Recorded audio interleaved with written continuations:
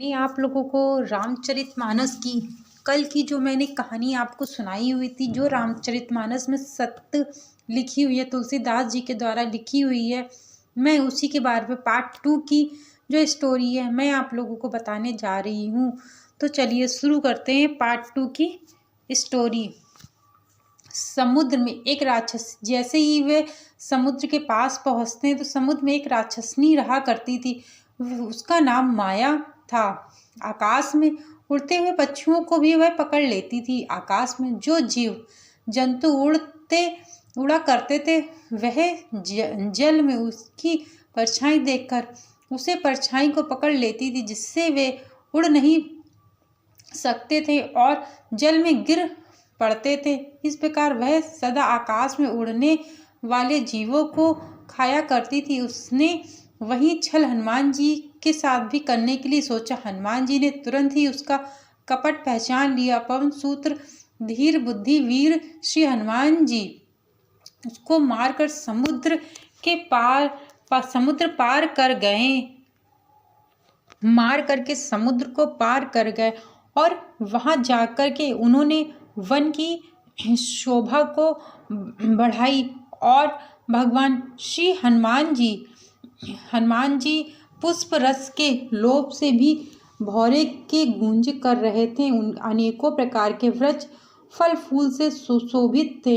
पक्षी और पशु के समूह को देखकर वे मन में बहुत ही प्रसन्न हुए। सामने एक विशाल पर्वत देखकर हनुमान जी भय त्याग कर उस पर्वत पे दौड़कर जाके चढ़ गए। पर्वत पर चढ़कर उन्होंने लंका देखी। बहुत ही बड़ा किला है, कुछ कहा नहीं जा सकता है। वह अत्यंत ऊंचा है। उसके चारों ओर समुद्र है। सोने के परकोट या चार दीवारी का परम प्रकाश हो रहा है। विचित्र मणियों से जड़ी हुई है। सोने का परकोट है। उसके अंदर बहुत से सुंदर सुंदर घर हैं। चौराहा बाजार, सुंदर मार्ग, गलियां हैं, सुंदर नगर हैं। बहुत प्रकार के सजा हुआ है। हाथी घोड़ा खच्चर के समूह तथा पैदल और रथों के समूह को कौन गिन सकता है। अनेकों रूपों में राक्षसों के दल हैं। उनकी अत्यंत बलवती सेना वर्णन करती नहीं बनती है। वन बाग उपवन बगीचे फुलवाड़ी बवालियां सुशोभित हैं। मनुष्य नाग देवता और गंधर्व की कन्या अपने सौंदर्य से भी मुनियों के भी मन को मोह लेती है। वही पर्वत के समान विशाल शरीर वाले बड़े ही बलवान मल्ल महापहलवान गजर रहे हैं। अनेकों अखाड़ों में बहुत प्रकार से भिड़ते हैं और एक दूसरे को ललकारते हैं। भयंकर शरीर वाले करोड़ों युद्ध यत्न करके बड़ी सावधानी से नगर के चारों दिशाओं में रखवाली करते हैं।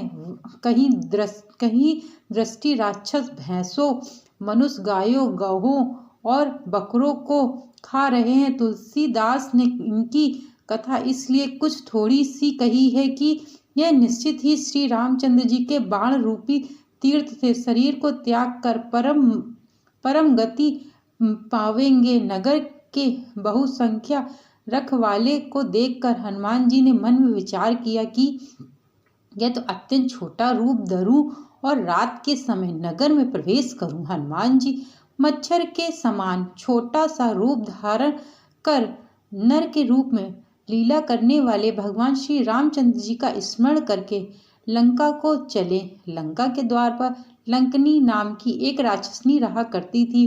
वह बोली, मेरा निरादर करके बिना मुझसे पूछे कहाँ जा रहे हो? हे मूर्ख, तूने मेरा भेद नहीं जाना है। जहाँ तक कि जितना चोर है वह सब मेरे आहार है। महाकपि हनुमान जी ने उसे एक घूसा मारा, जिससे वह खून की उल्टी करती हुई पृथ्वी पर लुढ़क पड़ी। वह लंकनी फिर अपने को संभाल कर उठी और डर के मारे हाथ जोड़कर विनती करने लगी। वह बोली, रावण को जब ब्रह्मा जी ने वर दिया था तब चलते समय उन्होंने मुझसे राक्षसों के विनाश की यह पहचान बता दी थी कि जब तू बंदर के मारने से व्याकुल हो जाए तब तू राक्षसों का संहार हुआ जान लेना।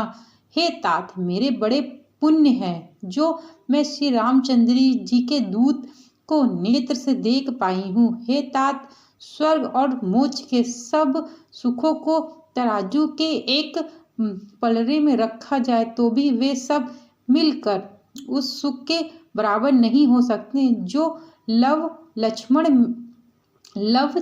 मात्र के सत्संग से होते हैं। अयोध्यापुरी के राजा श्री रघुनाथ जी को हृदय में रखे हुए नगर में प्रवेश करके सब काम कीजिए, उसके लिए विष अमृत हो जाता है, शत्रु मित्र करने लगते हैं, समुद्र गाय के गुड़ के बराबर हो जाता है, अग्नि में शीतलता आ जाती है और हे गरुण जी, सुमरु पर्वत उसके लिए राज्य के समान हो जाता है। जिससे श्री रामचंद्र जी ने एक बार कृपा करके देख लिया।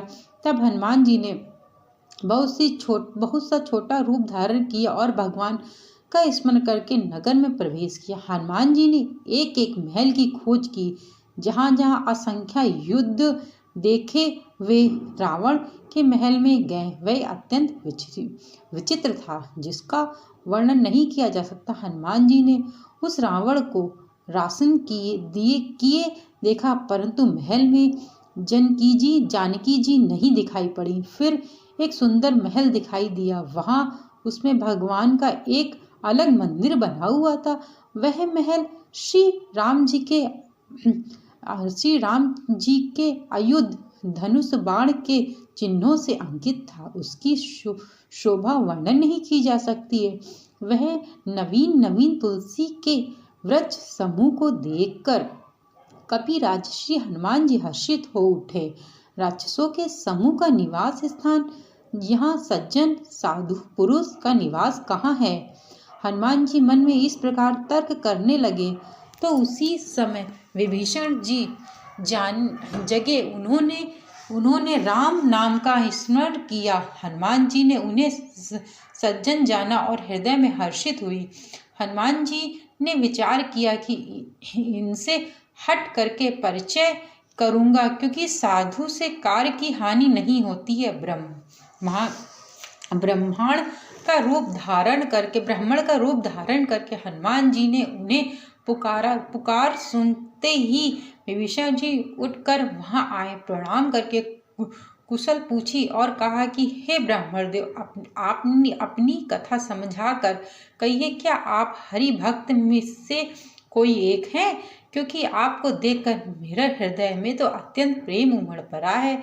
अथवा क्या आप दीनों से प्रेम करने वाले स्वयं ही राम जी ही हैं, जो मुझसे बड़ भागी बनाने आए हैं? तब हनुमान जी ने श्री रामचंद्र जी की सारी कथा कहकर अपना नाम बताया। सुनते ही दोनों के शरीर पुलकित हो गए और श्री राम जी के गुणों को समूह का स्मरण करके दोनों के मन में प्रेम और आनंद में मगन हो गए। विभीषण जी ने कहा, हे पवन पुत्र, मेरी सुनो। मैं यहाँ वैसे ही रहता हूँ जैसे दांतों के बीच में बेचारी जीभा। हे तात, मुझे अनाथ जानकर सूर्य कुल के नाथ श्री रामचंद्र जी क्या कभी मुझ पर कृपा करेंगे? मेरा तमसी राक्षसी शरीर होने से साधना तो कुछ बनता नहीं और न मन में रामचंद्र जी के चरण कमलों में प्रेम ही है। परंतु हे हनुमान, अब मुझे विश्वास हो गया है कि राम जी मुझ पर कृपा करेंगे, क्योंकि हरि की कृपा के बिना संत नहीं मिलते। जब श्री रघुवीर ने कृपा की है तभी तो आपने मुझे हट करके दर्शन दिए हैं। हनुमान जी ने कहा, हे विभीषण, सुनिए, प्रभु की यही रीति है कि वे सेवक पर सदा ही प्रेम किया करते हैं। भला कहिए, मैं ही कौन बड़ा कुलीन हूँ, जाति का चंचल वानर हूँ और सब प्रकार से नीच हूँ। प्रातः काल जो हम लोगों का नाम ले तो उस दिन उसे भोजन ना मिले। हे सखा, सुनिए, मैं ऐसा आधम हूँ, पर श्री रामचंद्र जी ने मुझे पर भी कृपा की है। भगवान के गुणों का स्मरण करके हनुमान जी के दोनों नेत्रों में जल भराया। जो जानते हुए भी ऐसे स्वामी को भूलकर भटकते फिरते हैं, वे दुखी क्यों ना हो। इस प्रकार श्री राम जी के गुणों और समूह को कहते हुए उन्होंने अनिर्वचनीय शांति प्राप्ति की। फिर विभीषण ने श्री जानकी जी जिस प्रकार वहाँ रहती हैं वह सब कथा कही। तब हनुमान जी ने कहा, हे भाई सुनो, मैं जानकी माता को देखना चाहता हूँ। विभीषण ने माता के दर्शन की सब युक्ति उपाय कह सुनाई। तब हनुमान जी विदा लेकर चले। फिर वही रूप धारण कर लिया। अशोक वन में सीता जी रहती थी। सीता जी को देखकर हनुमान जी ने उन्हें मन ही मन में प्रणाम किया। उन्हें बैठे ही बैठे रात्रि के चारों पहर बीत जाते। शरीर दुर्बल हो गया। सिर पर जटाओं की एक वेणी लट है। हृदय में श्री रघुनाथ जी के गुण समूह जाप करती रहती। हे जानकी जी नेत्रों को अपने चरणों में लगाए हुए और मन में श्री राम जी के चरण कमल में लीन है। जानकी जी को दीन देखकर पवन पुत्र हनुमान जी बहुत ही दुखी हुए। हनुमान जी वृक्ष के पत्तों में छिपे रहे और विचार करने लगे कि हे भाई क्या करूं। उसी समय बहुत सी स्त्रियों को साथ लिए सजा धजकर रावण वहां आया। उस दृष्ट ने सीता जी को बहुत प्रकार से समझाया, समाधान भय भेद दिखाया। रावण ने कहा, हे सुमुखी, हे सयानी, हे सुनो, मंदोदरी आदि सब रानियों को मैं तुम्हारी दासी बना दूंगा। यह मेरा प्राण है। तुम एक बार मेरी ओर देखो तो सही। अपने परम स्नेही कौशलधीश श्री रामचंद्र जी का स्मरण करके जानकी जी तिनके की आड़ करके कहने लगी, हे 10 मुख सुन, जुगनू के प्रकाश से कभी कमनी खिल नहीं सकती। जानकी फिर कहती है, तू अपने लिए भी ऐसा ही मन में समझ ले। हे दुष्ट, तुझे श्री रघुनाथ के बाण की खबर नहीं है। हे पापी, तू मुझे सुने में हार लाया है। हे अधम निर्लज्ज, तुझे लज्जा नहीं आती। अपने को जुगनू के समान और रामचंद्र जी को सूर्य के समान सुनाकर सीता जी के कठोर वचनों को सुनकर रावण तलवार निकाल कर बड़े गुस्से में आकर बोला, सीता तूने मेरा अपमान किया है। मैं तेरे सिर को इस कठोर कृपाण से काट डालूंगा, नहीं तो जल्दी मेरी बात मान ले। हे सुमुखी, नहीं तो जीवन में हाथ धोना पड़ेगा। सीता ने कहा, हे 10 ग्रीव, प्रभु भुजा को श्याम कमल की माला के समान सुंदर और हाथी की सूंड के समान है।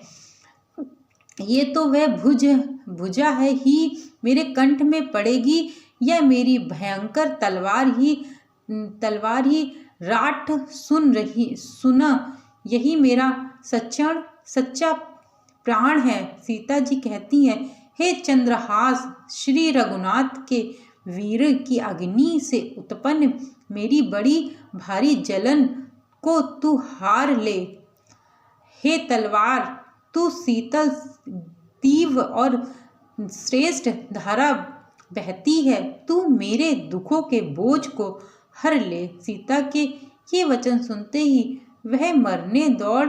तब माया दानव की पुत्री मंदोदरी के नीति कहकर उसे समझाया। तब रावण ने सब दासियों को बुलाकर कहा कि जाकर सीता को बहुत प्रकार से भय दिखाओ। यदि महीने भर में यह कहा ना माने तो मैं इसे तलवार निकाल कर मार डालूंगा। तो कहकर रावण घर चला जाता है। यह राक्षसनी के समूह बहुत से बुरे रूप धारण सीता जी को भय दिखाने लगी। उनसे एक त्रिजटा नाम की राक्षसनी थी। उसकी श्री रामचंद्र जी के चरणों में प्रति थी और वह विवेक में निपुण थी। उसने सभी को बुलाकर अपना स्वप्न सुनाया और कहा, सीता की सेवा करके अपना कल्याण कर लो। स्वयं मैंने देखा है कि एक बंदर ने लंका जला दी है, राक्षसों की सारी सेना मार डाली है, रावण नंगा है और गधे पर सवार है, उसके सिर मुंडे हुए हैं, 20 भुजाएं कटी हुई हैं और इस प्रकार से वह दक्षिणीय दिशाओं को जा रहा है और मानो लंका विभीषण ने पाई है। नगर में रामचंद्र जी की दुहाई फिर गई। तभी प्रभु ने सीता को बुलावा भेजा। मैं पुकार कर कहती हूँ कि यह स्वप्न 4 दिन बाद सत्य होकर रहेगा। उसके वचन सुनकर वे सब राक्षसनी डर गईं और जानकी जी के चरणों में गिर पड़ी। यदि मेरे द्वारा यह जानकारी आप लोगों को रामचरितमानस की अच्छी लगी हो तो चैनल को लाइक, सब्सक्राइब एंड शेयर करिए और इसी का 3rd पार्ट देखने के लिए आप वीडियो में मेरे बने रहिएगा और बेल आइकन को जरूर क्लिक करिएगा ताकि नोटिफिकेशन मिलती रहे। इसका 3rd वीडियो मैं बहुत जल्दी आप लोगों के लिए लेकर आऊँगी, जो कि बहुत ही महत्वपूर्ण होगा कि आखिर सीता जी ने हनुमान जी से ऐसी कौन सी बात कही जो हनुमान जी बहुत व्याकुल हो उठे।